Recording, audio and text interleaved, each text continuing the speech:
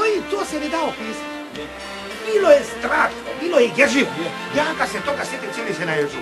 Ja vam govorim, to Zagreb još nije vidio. Kad je Kalun sa 30 metri opalija puno nogom kola, ravno u 90.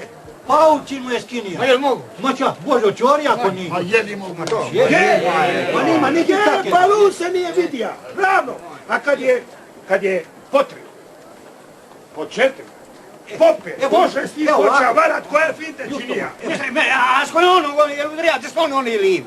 To kad oni ne vidiš u koji je pošucion ostaje. Kako će desno tući?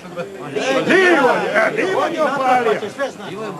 Branili smo se ka lavi, a napadali ka tigri. Meštre, govorite da ste se branili ka lavi, a napadali ka tigri.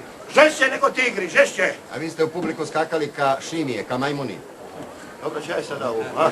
I sad ja ovod radi te džungle, zoologije, zvirinjaka, radi toga životinstva, sidim na katrigi 2 ure ka nika stvar. 3 puta mi se osušija sapun, dajte, obrite me više po Gospu Blaženu. Ma da ste vi u Pariz, vami bi zatvorili butigu. Lipi moj šorpitor, ajdete k vragu vi vaš Pariz, jeste me razumjeli?